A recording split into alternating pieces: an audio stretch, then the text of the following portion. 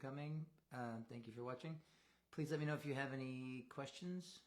Just put them in the chat. And yeah, that's basically it.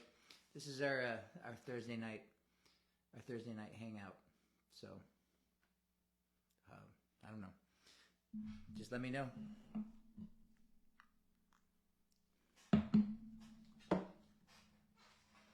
Let's see you make some magic.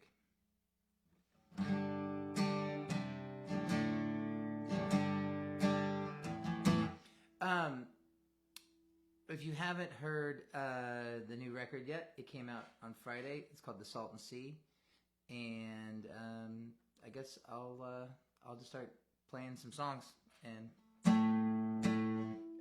feel free to ask me some questions. This is a song on the new record, and it's called Barrymore's.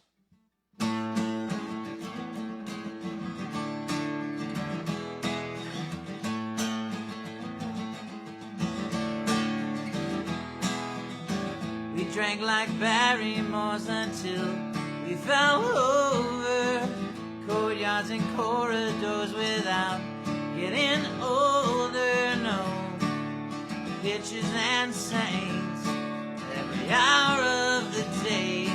The great garden escape.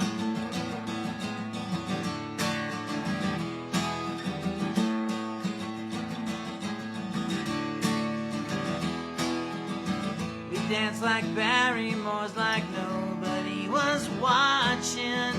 Tripped over cobblestones at every other haunted. Oh, my home away home.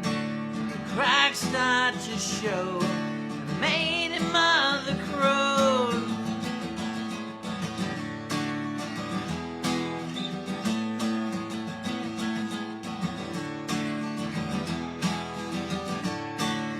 Down from on high, there's clouds in my eyes. I lost the second line.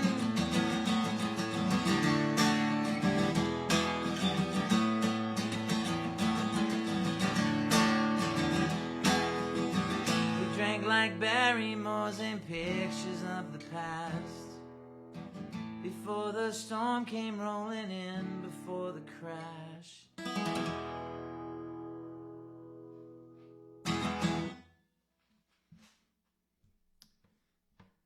All right. Greetings, everyone. Hello. How are you? Welcome to my office, my garage, my domicile. Please feel free to ask me any questions. So I don't know. It's been an interesting week. The record came out. By the way, that reminds me. I have a decent microphone here. Does everything sound okay? Can you give me a thumbs up if it sounds okay? It should be all right. But just let me know if the audio is bad. Anyway, so the record came out on Friday, and I've been doing all this like press and stuff, and then we got I get these like updates. I hired so I put the record out myself, right? And I'm doing all of the like record label aspects of things. And one of the things I did was hire a company called Pirate Radio to like kind of submit the record to like independent radio stations. Like it's not like trying to go to like big Clear Channel type. I mean, I guess maybe they are. I don't really know. But it's more like college stations and stuff like that.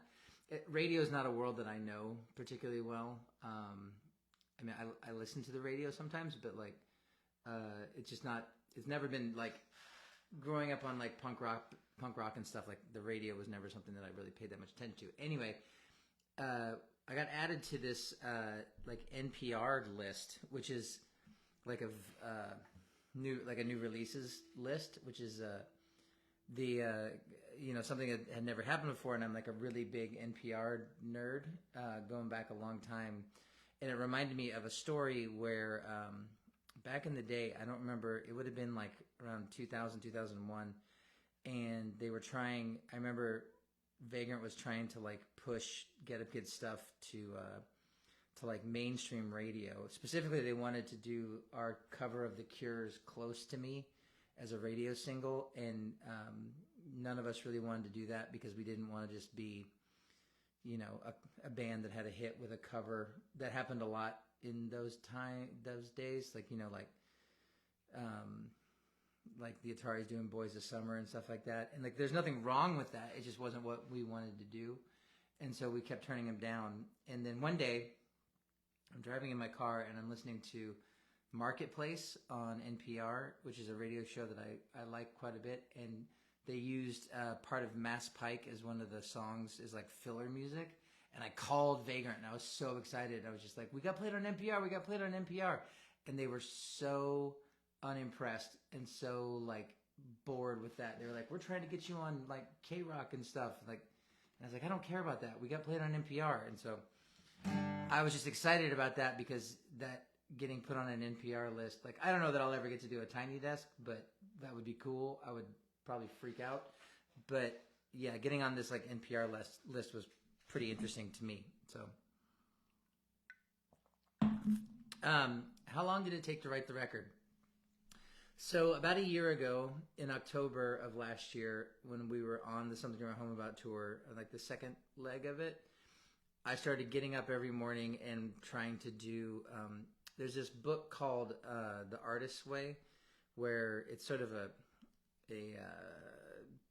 handbook for like trying to figure out how to be an artist. Which I already know how to do, but it was just something that I thought was kind of an interesting thing to try and read. But one of the things that they suggest to do is they call it the morning pages, where you get up and you just write, you know, free association stuff for like 3 pages every morning. And so I started doing that, but I type when I write, so I was just doing 1,000 words a day. So I would get up and I would start writing 1,000 words a day every morning, and just like whatever came to mind. And what ended up coming to mind I did that every day for a month. I did that every day for the entire month of October, including the days that we weren't on tour. And I found that I was writing a lot about the time from when my drinking really got out of control, and I kind of got into that thing that they call rock bottom, you know, where I really needed to get my shit together. And so I just started writing these stories, like these sort of like short stories, these free association things about that experience. And then I was like, well, maybe this is a record. So then I went back over those and started turning them into songs. And so the following month in November, I wrote them all into songs. I took December off, and then started recording in January. And I called my friend Adam, who played drums on the Radar State record. And I just said, here are the demos. We're not going to rehearse. We're just going to go into the studio in Kansas City and lay down the drums. And that's what we did. And then I brought the rest of it home and finished the recording at home. And Jersey played, my youngest, played bass on the record. And then I sent it off to get mixed. And so really it's been done since March, April. And so I guess 6 months, I guess, is what it took, which is pretty fast, really, for writing a record. So that's how long it took. But it's one of those things where like it's just now coming out. But I've been sitting on these songs for over a year, so they're all very old to me at this point. I still like them, which is good. It's always a good thing to still like stuff. So yeah, I hope that answers your question. Please feel free to ask me any more questions. I don't know if I've gotten any more questions. Maybe this won't be a big question day. Maybe this will just be a playing some songs day. But I'll play some more songs from the record. This is one that's about my time in the hospital. When I went to the hospital twice during the whole like getting sober process. The first time was not really by choice, and the second time was by choice. And this is sort of a amalgamation of those two experiences, and specifically about how difficult it was to manage diabetes in a hospital when they took away my phone, which is how I managed my diabetes, and they took away all of my insulin, and they would administer it to me, which is not how I usually go about things, and it didn't work out very well. So anyway, I kind of created this sort of like amalgamation of all the different doctors and nurses that I met when I was in the hospital, and I just named her Maria. And so this is a song called Maria.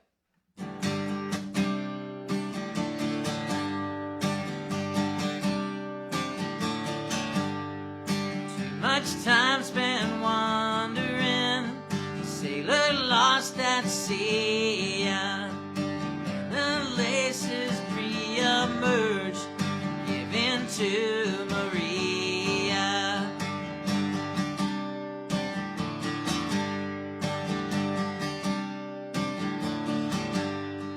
Ancient age of humanities, lost pharmacopoeia, the gilded castle from the strait is held inside Maria.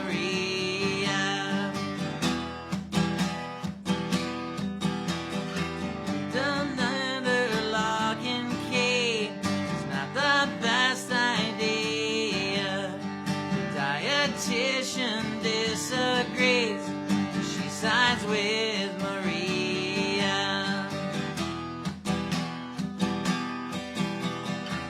Love on autonomy, none of this is free. Doctors let me walk away, no thanks to Maria. Na na na.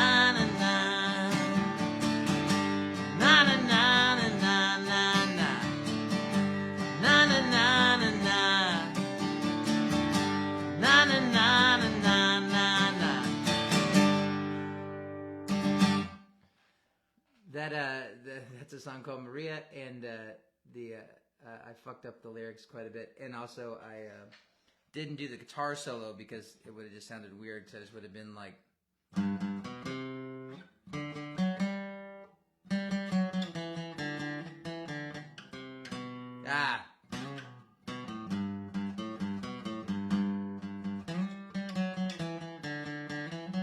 That's the guitar solo. Still trying to figure out how to make that sound cool in this context. So, do we get questions? Yay! I like talking more than singing today. Are you always writing new songs? Like, do you have any songs that are finished in your mind that you haven't recorded yet, whether it's solo stuff, Tiga, etc.? Finished is kind of a loose term. I am always kind of constantly writing.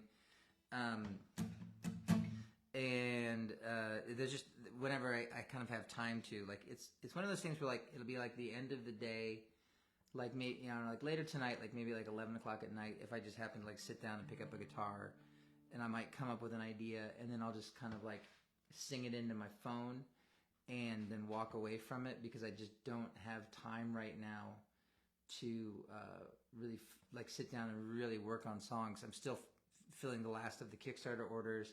The record just came out. I'm trying to promote the tour. I'm trying to promote the record, all this sort of stuff. And I'm just trying to, like, you know, live life and take care of myself. And so I've got, like, these song ideas. I had this idea that I wanted to try and do, like, a new song a month next year, which might be overly ambitious. I don't think it's overly ambitious. It's just a matter of, like, making the time to do it. And I'm going to be touring so much in the first part of the year. I don't know. But I had this sort of like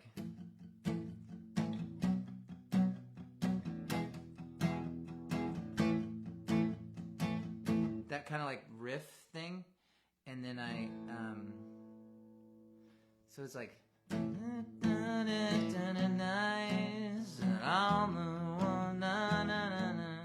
that was like the melody that I came up with in my head, and so I like jotted down some things. I'm really drawn currently.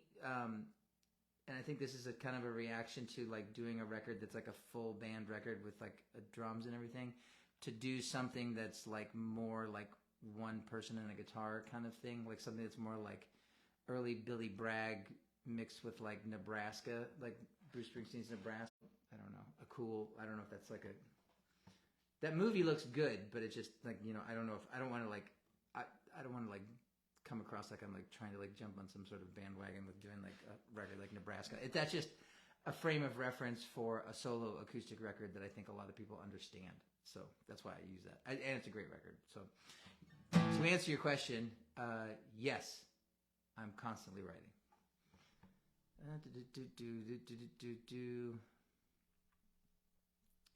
Let's see. Greetings from Nebraska. Do you have an idea of how many songs you've gathered as possibilities compared to the ones you choose? Hundreds, probably. I think probably for every... I don't finish a lot of songs. I don't anymore. I don't finish songs unless I know that they're going to be like something that's at least worthwhile enough to like demo, and then worthwhile enough to like maybe try and make work on a record. Otherwise, it just takes too much mental capacity to like put stuff. It's kind of like if you like read a book and you get like 3 chapters into it and you're like, I don't think I like this book, and so you then have to make a decision of like, do you force yourself to read it or do you put it down and move on to the next one? And so my philosophy songwriting is to put it down and move on to the next thing. So I don't know how many ideas I come up with that get scrapped, but it's a lot. It's probably like maybe 1 in 10. And then and when I was younger, before I had like adulting responsibilities, it was probably like 1 out of 50, because it was just like constantly writing all the time. So I didn't have other responsibilities, but now I do.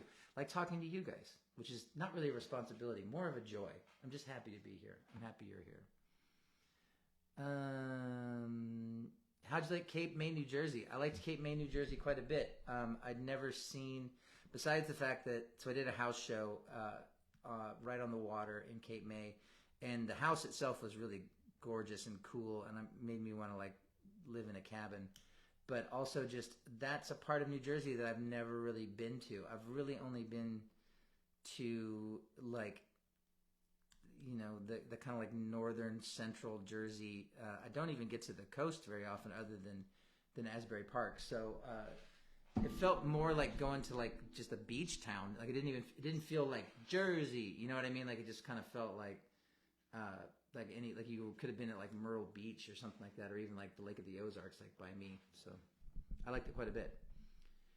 Any chance of hearing Hannah Hold On played at a Guck show? Name my daughter after that song. Most iconic voice. Oh, well, thank you. Well, there aren't really any Get a Kid shows for the foreseeable future right now, because we just finished a year and a half of touring the Something at Home About tour. We weren't playing Hannah on that tour.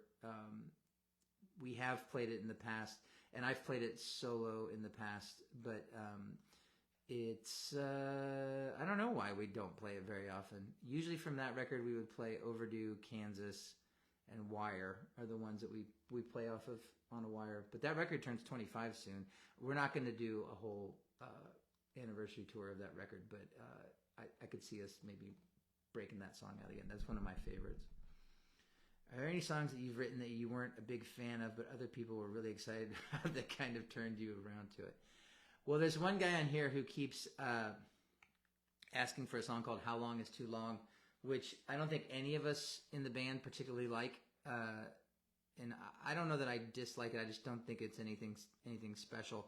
And so I didn't really after we put it on the record, I don't think we ever played it live once. And so I don't know that I have come around to it. I bet we could find a way to make it cool. But yeah, that's one that gets brought up a lot. Old school people, when they want to fuck with me and I'm playing acoustic, will say they want the Coalesce cover, which of course I don't think I could pull off on acoustic guitar. But that's one that gets brought up. But songs that I've come around to, a lot of the songs on a Wire sound better live. Like there's a song called Wish You Were Here that we did on a live stream a couple of years ago, and it sounded less like alt country and more like the Replacements. And I think that that's a big thing with the songs on a Wire, is that I think on the record they sound a little bit more I always say they sound neutered, but I guess it would be that they sound a little bit softer, like more singer-songwritery than I think we had originally intended, and certainly more so than how we play them live whenever we do play them. So those are songs that like maybe I've come around to, as far as just like kind of reinterpreting them, and not like reinterpreting them like turning it into a reggae song or something, but just like finding the actual voice of the song as opposed to like what we thought we were doing back in 2001. Can you go further into the story of union transfer? I was at that show and I thought you guys crushed. Well, I appreciate that. That kind of I remember seeing interviews with John Mulaney after he got out of rehab and did his special that was called Baby J, where everyone was like, I had no idea that you were a drug addict, and he was just like, good, then I did my job, you know. And I think that like I don't compliment myself very often, if ever, but the fact that like no one seems to know how much I was struggling at that show in particular, which was in September of 2022 at the Union Transfer in Philadelphia, where I was kind of having an existential crisis and sort of the beginning of like a rock bottom sort of time. But I think that I pulled it off on stage, which I hopefully means I'm good at my job. But yeah, a lot of people have said that they had no idea that the band played great that night. That's not usually the problem. It was more just that I was in such a dark headspace and like just really unhappy. So, what area of your career has been the happiest for you and why? Been listening since 1997. Well, I mean, right now is pretty exciting. I have, you know, probably the clearest head that I've had since, you know, we started the band in the early 90s, when I just was completely focused on what. When we started Get Up Kids, I knew exactly what I wanted to do and how I wanted to do it. And those goals were really simple. I wanted to make music and go on tour. And then as the band got bigger and it all got a little bit more, like significantly more confusing, I kind of lost track of like who I was and what I wanted to do. And since getting sober, I have felt more like that person I was when we started the band. Whereas like I feel like I know what I want to do and I know who I am. And so I'm very grateful right now to be in that headspace. So I'm very happy right now, which is good. It's good for me anyway. If you could go back and change one professional decision you and the band made, what would it be? I would do a better job saving my money. The band, especially around after the success of Something to Write Home About and going into On a Wire, I think we spent a lot of money on shit that we thought we were supposed to have for a band at that level, which was kind of dumb, like buying road cases and like gratuitous road cases and shit like that. I think hindsight being 2020, we could have. I don't think I would have changed On a Wire at all, but I would have like rolled it out differently. I think, you know, like leading off with a song like Overdue as the first single is kind of asking a lot of people who the last song they may have heard from us was Holiday or Action in Action. And so, and then also that tour just kind of, we played the whole record every night. So we played for like 2.5 hours every night, and that was a bit gratuitous. So like that's like, you know, growing pains kind of shit. But yeah, I ultimately try to like look at the points in my career, in the band's career, that were quote unquote bad decisions as being like things that ultimately got us to this point, got me to this point, and I'm happy where I'm at now. So I see them all as like, you know, part of the process. I spent half my life in venues from Boston to Montreal, blasting since 4 Minute Mile. So when you wrote I Don't Pray, it hit me that very specific East Coast Mass Pike us place that don't usually talk about. What? I'm not sure what you're asking me. What hit you to write that for me? You kill me. Oh, I wrote it for you. Okay. That's funny. I appreciate your yes, I definitely wrote that song for you. I'm glad that you figured it out, that song was written specifically for you. There's a song on the new record that's called I Don't Pray, which is not necessarily like a rebuke of anybody's faith or anything like that, but it's about my time in the early days of my recovery when I was going to a lot of meetings, a lot of 12-step meetings in particular, and I was having a really hard time with what sometimes gets referred to as the God thing, which was a lot of like higher power spirituality, but like being in the Midwest in the Bible Belt, it gets to be very like Judeo-Christian, surrendering yourself to Jesus kind of thing, which is not my bag. I went to Catholic school for 12 years, and I'm good with that. So that's where, and it was kind of this thing of like I meditate a lot. That's kind of been part of my recovery process. But then I got told that like I still needed to pray, and I was like, I don't know that I don't think I believe in doing that. And so that's what that song's about, because then I kind of got this vibe of like, this is the only way it's going to work. This is the only way you're going to stay sober. And I was like, I don't think so. At least not for me. Might be for other people. I'm not here to yuck anybody's yum. But yeah, I totally wrote that song just for you.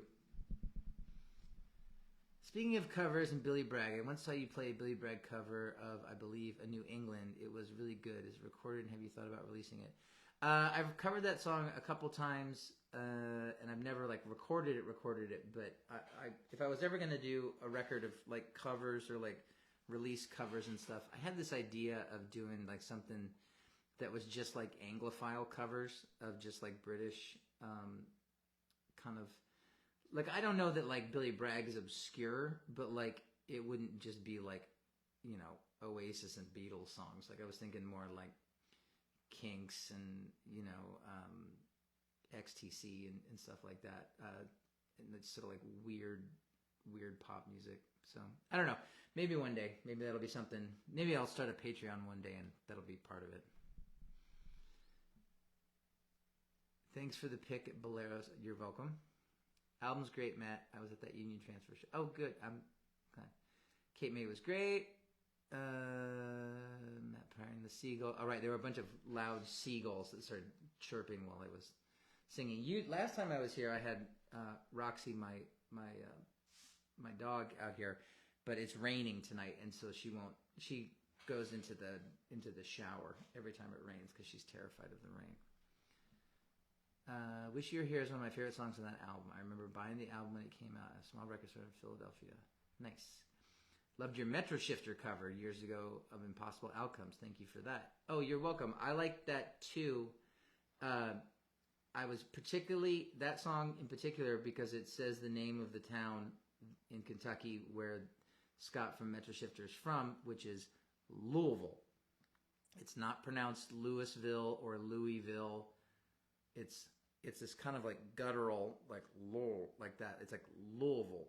And so I worked really hard to make sure, and we had played there several times, and I was schooled on how to say it, because I think everyone just says Louisville because they think of like the baseball bat, like Louisville.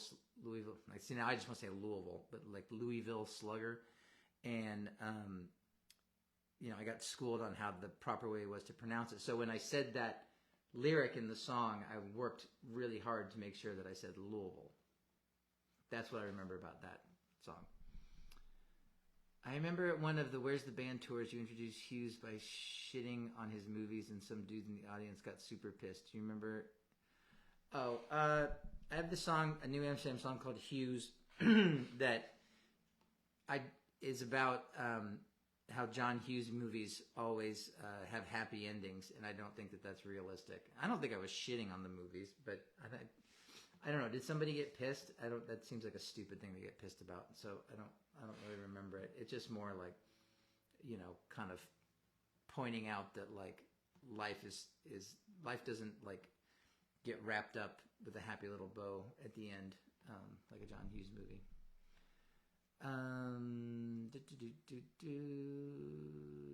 Nice. There's people. I don't know if you care. Like, you can read all these comments. I'm just gonna kind of skim them for questions because I don't know how to respond when people just give me compliments. I mean, I don't take compliments very well in general, but then in this format, I don't know what to say. So other than thank you for all of your compliments. But if you have a question, hit me up and I will answer it. Do you have any song ideas where you had a few lines that you really loved, but you never felt you could build a song around it, or anywhere you had a few lines, took ages to build the rest of the song? Oh, yes, all the time. Which is why I try, especially when working with other people, I try not to come in with finished ideas. I try to, because I know, at least with Get Up Kids in particular, anything that I'm going to bring to the table is going to get, taken apart and put back together again and rearranged. I like to say that everyone has to put their stink on it. And so if I come in there, and this has happened before where I've come in there with a line that I thought was like fucking the new Dylan, and they were like, that's nothing. And I got really fucking pissed about it. And ultimately, it's not worth getting angry about, because it's just sort of like, songs are not like these, you don't have to think of them as being precious, or they should be precious in the sense of like they're important, but like if they can evolve, and you don't have to like especially if you're working with other people, you need to like be able to be flexible and to be more of a team. And I'm getting better at that. I went through a phase where I got really stuck in my ways about that sort of thing. But very rarely, I don't think a good lyric will save a bad song. You know what I mean? I mean, a good song, a good hook can save a stupid lyric, but, which is proven on pop music radio all the time.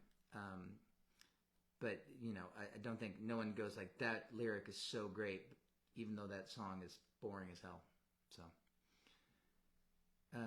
XTC's Dear God would be a good one to cover. You know what I would love to do is Respectable Street by XTC. That's one of my favorite songs. Stay Gone is my go-to song when testing headphones and speakers and making sure they sound how they're supposed to. Interesting. Well, okay, cool. I've never heard anybody say that before, that they test their speakers with one of our songs. It's usually every sound person has like some, song that they know what it's supposed to sound like when they're like tuning the PA. A lot of times it's Steely Dan, because those records are sort of like perfect in their like audio engineering. Our guy Cam, who toured with us for this whole tour, his thing was Amy Mann, so he would blast Amy Mann at top volume, and that sounded great. A ways back, I picked up the Lasorda record at Love Garden after reading the description, and it's great. Can you talk about the background of it? Sure. I did a record with some friends in like 2009, 2010, where I just kind of felt like I wanted to try something different. And so Dustin, who plays keyboards in Get Up Kids now, played guitar in the New Amsterdams, he and I, and then our friend Nate Harold, who played in a lot of local bands, but then also played in that band Fun for a long time. We just booked some studio time and just kind of like made up songs in the studio, and I didn't want to sing it, so we got our friend Susanna to I wrote all the lyrics and all the melodies, and then I sang like demos of them, and then she sang the like lead vocal, and then I sang the harmonies. And so it's kind of like it's pretty synth heavy. It's kind of like I think you can hear some of my songwriting in it, but it's like way more collaborative. And but yeah, you can find that online. There was a vinyl pressing of it that I don't think I have even a single copy of, but you can download it from my Bandcamp too if you're interested. It's called Lasorda, like Tommy Lasorda.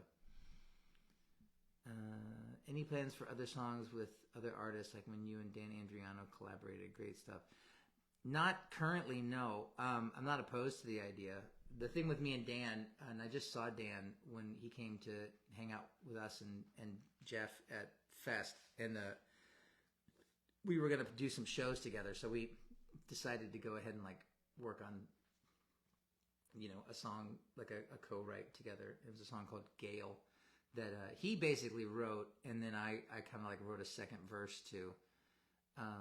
And then we recorded it and put it out on a 7-inch on Asian Man, I believe. I have a horrible confession. I was sheltered early in my musical taste and thought Close to Home was another Get Up Kid song. Realized later it was a Cure cover. So think of that. Trust me, I've been there. There have been songs that I thought were originals that I had no idea were covers as well. So no shame in that game. What are some of your favorite bands to tour with? Anybody who's a good hang, anybody who's like just enjoyable and doesn't take themselves too seriously.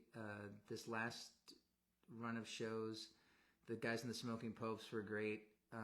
They were like super chill, and then we did stuff with the Anniversary and Hot Rod Circuit, who are old friends, and that was always great. Who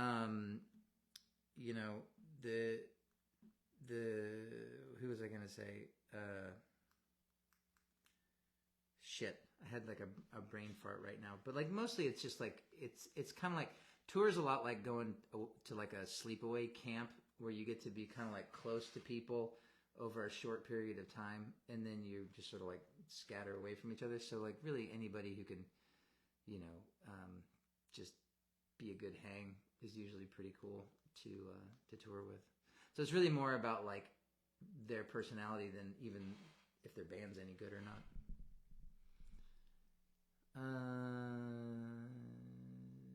Let's all compliment Matt. Your nails are... Oh, thank you. I'm not sure if I'm crazy about this shade. My wife and I went for a spa weekend to celebrate our anniversary, and I got a manicure and a pedicure for the first time. And I think I didn't want to go full goth. I thought maybe that would be too much for a man pushing 50. But so I went with this sort of like turquoise blue, and now I don't know. I don't know if turquoise is really my color.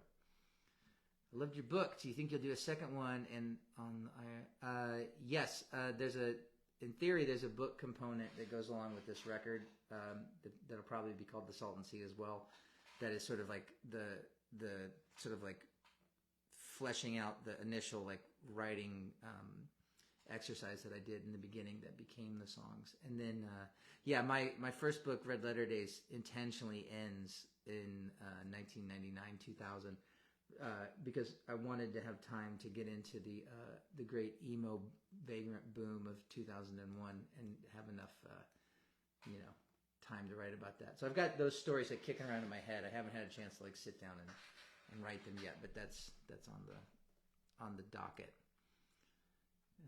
Hey man, to follow first, when my roommate died, you wrote a song. Horse shit, forever grateful. Dad, my 5-year-old is begging to start playing electric guitar. His 2 favorite songs are American Hearts by Piebald, good song, and Shorty. What kind would you... you want to get a guitar for a 5-year-old? I mean, if you were going to buy him a real guitar, I would say just get like a Fender like Strat Squire, because that's a more affordable starter guitar. Sometimes Fender even has like starter kits where they'll have like a guitar and an amp. I do think also sometimes like learning how to play on acoustic guitar, because the tension it's harder. You have to have stronger grip to play acoustic guitar than electric guitar, so you like learn grip strength. Switching from acoustic to electric is easier than switching from electric to acoustic, but I think. Definitely knew you were going to mention Steely Dan. Yep. Didn't know close enough. Seeing you February in Birmingham, any idea what the set list is looking like? So two of my kids are going to be playing with me in the band on this tour, and so we're trying to. I'm playing acoustic guitar, Jersey's playing piano and banjo, and Lily's playing bass, and then all 3 of us are singing. So it's a family, like 3-part harmony kind of thing. And so we're trying to like figure out this like the songs that work in that format, and whether it's the stuff like there's probably want to play 4 or 5 songs from the new record because that's what we're promoting, and then I want to play some songs from Never You Mind because I've got the vinyl, the 25th anniversary edition of that record on tour with me as well. So we're kind of like working out things in that format. And so, it's coming together. We're just trying to figure it out. So that's what I can't tell you necessarily like what exactly the set list is going to be, but it's going to be, that's kind of the format of the whole thing. Do you ever have a thing? Let's see.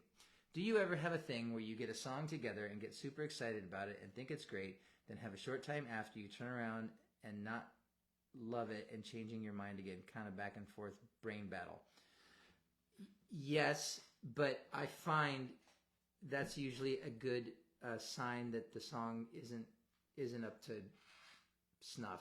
You know what I mean? Like, it's kind of like if I have any doubts about it, it's usually not, like, it's got to be like kind of a unanimous like enthusiasm in my brain.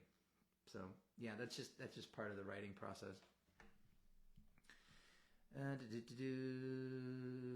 Andy from Hot Rod Circuit lives in Birmingham. He's actually the promoter rep for the show. So after the release of 4 Minute Mile, made this into lean into that Michelle with one L sound for some home about what inspired change sound artist. Let's do it at the time. Michelle with one L sound. That's an interesting way to put it. This was sort of about the change in the band from 4 Minute Mile to Something at Home About. I would say the biggest thing between those two records is 2 years of touring and getting to be better songwriters, starting to play with James and what he brought to the sound, not so much the writing, but the sound of the band at the time. And then also just having enough money to, not a ton of money, but money and time to like make the record sound the way that we wanted to. Because I think if we had made smarter decisions, well, whatever. If we had made different decisions with 4 Minute Mile, it probably would have sounded more in line with what Something Right Home About sounded like. But then also just the songwriting structure itself. You're talking about like going from being 18 to 22 or 20, 21. And I think that like, even though that's a short period of time, like the how you evolve as a human is pretty drastic. So.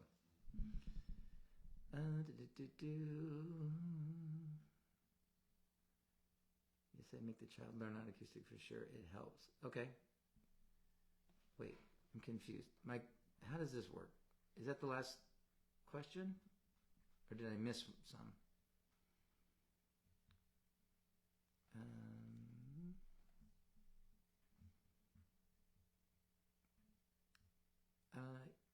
Yeah. I guess that's weird. I thought I had more questions. Okay. Yeah, hit me with some more questions. I'm gonna stay here for like 15 more minutes, but I'll play you another song from the record if you'd like to hear it. So my new record, The Salton Sea, is out now. You can go to mattpryorandthesaltonsea.com and you can buy the vinyl. You can also go get the vinyl from Polyvinyl. That's all the words, vinyl. You can get it on my Bandcamp. I'm going on tour, like I said, with the kids next year, starting in January. It's like all over the U.S. and in the U.K. So those tickets are on sale. Again, you can go to my website and see all that. And then every Thursday, I'm going to be doing this at this same bat time, same bat channel. And so if you have any more questions, please feel free to ask them now, or I can answer them next week. Yeah. So this is a song off the new record that's called "The Dishonesty" is the name of this song, and you can hear the original version of this. Josh Berwanger from The Anniversary made a really cool animated video for this song. You can see it on my website, mattpryorandthesaltonsea.com. You can see it on YouTube.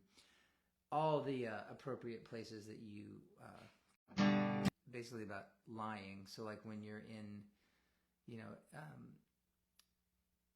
when I was in the kind of like the throes of my addiction, and it was just sort of like I would just sort of like make excuses to go to the bar, and you end up when you're in that sort of headspace, you end up just sort of coming up with excuses, coming up with lies, really prioritizing just feeding the beast, as it were. So This is a song about that called The Dishonesty, and I apologize if I mess up the words. I don't have all these songs totally memorized as of yet, because I'm still like learning them for the tour, but here we go.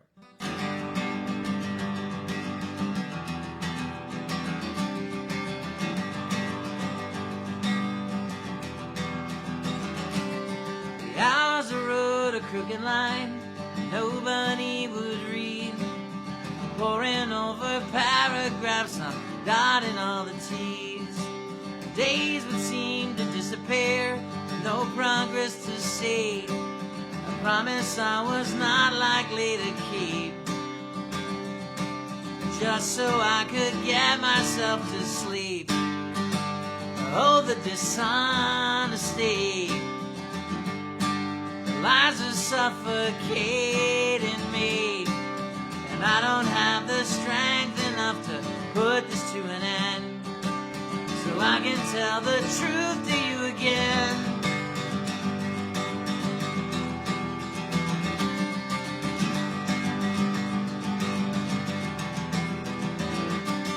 A daily dose to disappoint, and muster up the nerve, take rejection on the chin I dutifully deserve. But I didn't drive 1,000,000 miles from sea to shining sea, just to leave my bottles on the beach. This is what the world has given me. Oh, the dishonesty. I don't want your sympathy. Surely there is, thank God, there to fail the pan for gold. But I just have to stop digging the hole. Oh, the dishonesty. Oh, the dishonesty. Oh, the dishonesty. Oh, the dishonesty.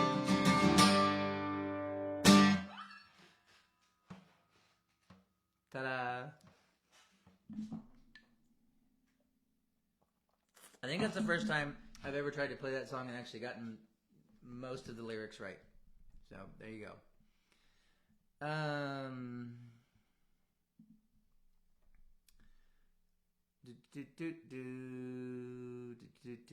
When did you realize that you had a voice that wasn't Get Up Kids and wanted to put out the first New Amsterdam's record? In like 99, 2000, I started getting into like some more like singer-songwriters, Steve Earle in particular, but then also like, you know, I was already really into like Wilco and Sunvolt and Uncle Tupelo, and then also the old 97s. Is one of those things like people don't know how big of an influence like Wilco's Summer Teeth was on Something You're Home About, which I don't know if you can hear it other than in the song The Company Dime. But yeah, and I just wanted to, I wanted to like explore more like singer-songwriter kind of stuff, and then also I had more songs that I just didn't think fit in the Get Up Kids style, and I just wanted to do something on my own to prove to myself that I could do it. So that's how that started.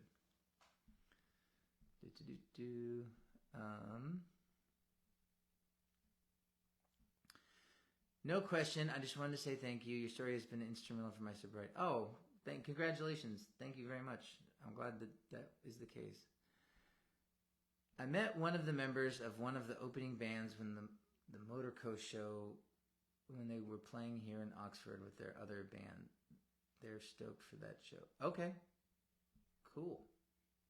I think I understand what you're saying. With such a large repertoire of music, how quickly do you forget how to play a song, and or is it easy to recall? It depends on the song. For my solo stuff, it's usually pretty easy to recall because I tend to write things that are pretty simple. It's more a matter of remembering all the lyrics. Like I was saying before, how that song was maybe the first time I'd gotten the lyrics correct. Sometimes with the older Get Up Kid songs, the guitar playing is just alien to me. Like, you know, I don't know why, like, Like that's hard as shit to play, and I don't know why I decided to write.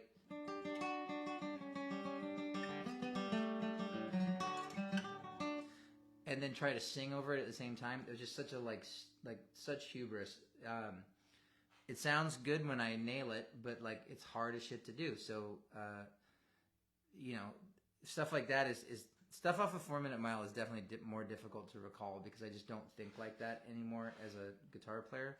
And but like for the most part, yeah, my solo stuff is pretty simple because it's like not terribly difficult, like chord progressions and stuff. But there's a lot of words, and so sometimes I have to like print them out and put them on like a sheet and like memorize them. So again,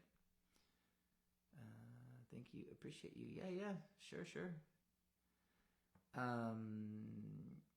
I would like to. Any plans to re-release the other New Amps records? So the first 3 New Amsterdam's records, which is Never You Mind, Para Toda Vida, and Worse for the Wear, I would like to reinterpret and re-record and release on vinyl on my own, under my own name. And that's what I did with Never You Mind. It's a Matt Pryor record, and it's a singer-songwriter, like just it's just like this. It's like acoustic guitar. There's some strings and some piano on it, but that's it. And I'm not sure how to do that with Para Toda Vida yet, because that's what Para Toda Vida already sounds like, and so I would want it to be some sort of other interpretation of it. But yeah, that's the goal is for the 25th anniversary of those 2 records is to do something along those lines. So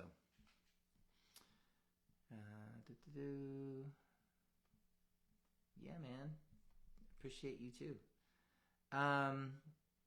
All right, well, if there's no more questions, then maybe I'll play one more song, and then we'll call it a night. And I'm gonna go hang out with my dog. Epiphone Sheraton 2. This is about a guitar question. So I was playing. None of them are here. I think they're all at Ryan's house right now. But I had 2 Epiphones, a Sheraton and a Casino. And I like those because I like playing hollow bodies. I think I like playing hollow bodies because I'm kind of used to playing these like dreadnought shaped acoustic guitars.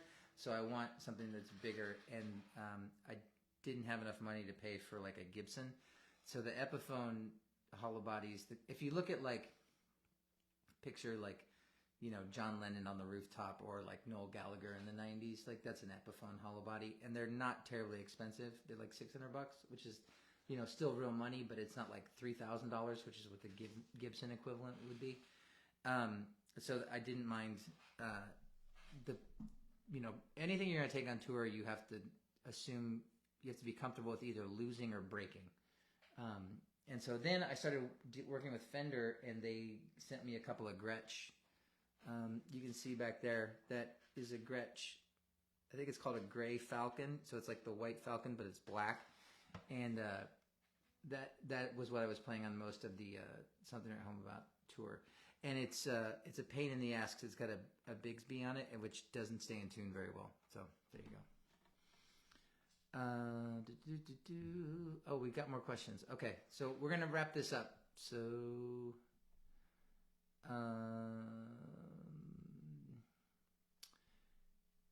could you reverse Para Toda Vida and make it full band electric? I could. That seems too easy. I kind of want to think of some other way to do it. I'm constantly playing Proceed with Caution every time I'm asking for forgiveness to my boyfriend, who were both on our just second time around, coming from an abusive. Oh, well, thank you very much. I'm sorry, I'm not going to read your whole. That feels like a very personal post, so I appreciate you saying that, and I don't want to like draw too much attention to it, but thank you very much for the kind words. Would you ever do a recording of 4 Minute Mile, like how Thrice did Artist, or even a remaster like Braids, Frame, and Canvas? So 4 Minute Mile has been remastered, and we have, it came out years and years ago.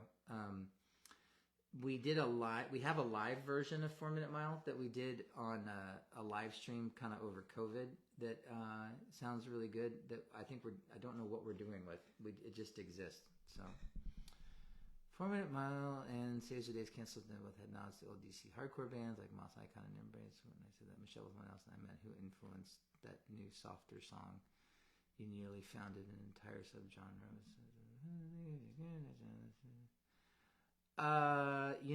I have to say, Christopher, I think you are applying more like intention and thought to this than any of us ever did. I would guess same with Saves the Day, but I don't know that for sure. But when you're 19, 20 years old, you're just trying to make stuff that you think sounds good. And I don't know, like, Embrace was certainly an influence early on. And, Moss Icon, I know and I like, they weren't like a big influence, but like Rites of Spring was for sure. And that kind of, but more the like later DC stuff, like getting into like, Fugazi's later stuff and like Hoover and, that kind of scene. Jawbox was a really big influence, a lot of the DC stuff. And, but yeah, it's kind of like, this is one of the things about, talking about things that have been around this long is that you kind of like want to know why things are the way that they are. And I don't think that there's really an answer to that, because it's sort of like, I don't know why you do the dumb shit you do when you're 19 years old. We were just lucky that it kind of turned out cool, I think. So I'm sorry I don't have a really like more thoughtful kind of academic answer for that, but that's the truth of the matter. What can we expect? What can we expect on the tour in terms of mix of songs? Well, I answered this earlier. It's sort of stuff that is trying to like work within the format of me playing with my kids.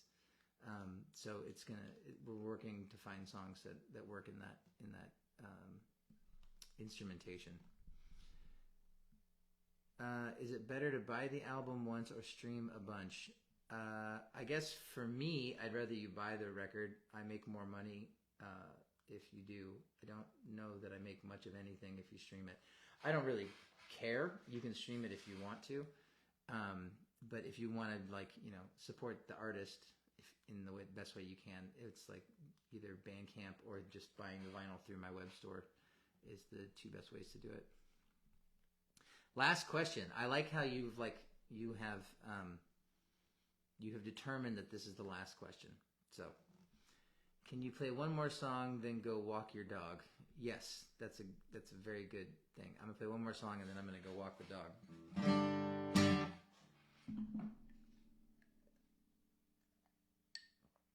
Okay. This is a song, the last song on the record, and it's called Doubt. And it's probably actually, you know what? Since it came up before, let's see if I can play I Don't Pray.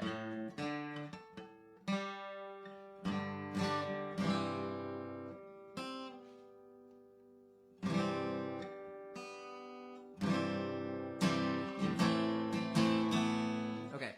Yeah. Okay. So I was saying before, someone asked about this song. They actually suggested that I wrote this song, that I had written this song for them specifically, which of course I totally did. But this is a song that's called I Don't Pray, which is, again, I always feel like I want to like specify this is not like a condemnation of anybody's particular faith, or even a declaration of what mine is, which isn't much. But it's more about being in recovery and not feeling the need to conform to this sort of like, religious aspect of getting sober. That just it didn't work for me. So this is another one that I will try to get all the lyrics right. But as you can see, it's also not a terribly complicated song. So it's easy to remember the chords, just not all the lyrics. So this is I Don't Pray. And this will be my last song. And I'll see you guys next Thursday if you want to come, and we'll do this again.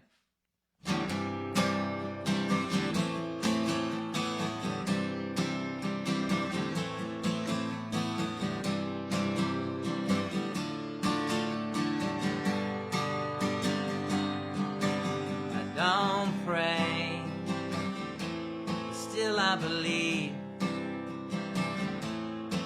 in a force of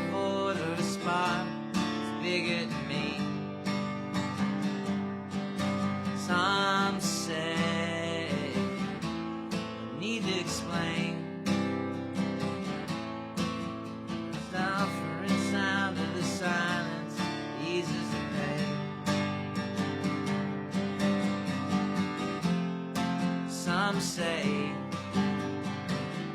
it's the only cure, but I'm not totally sure.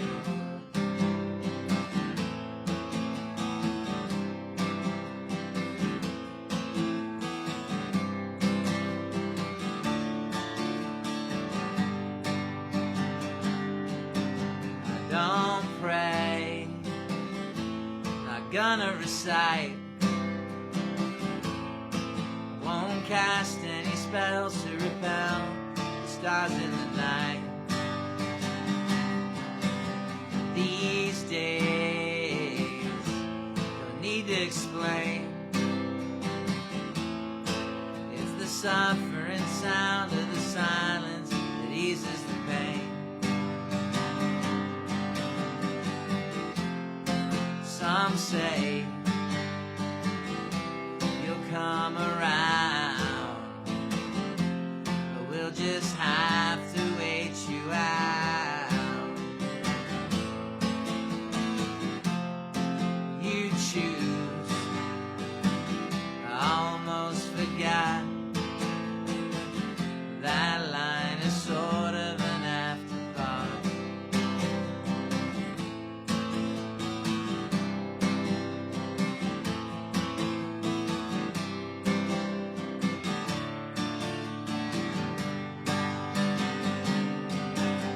Don't pray, still not believe. So much that I need to survive is buried in me.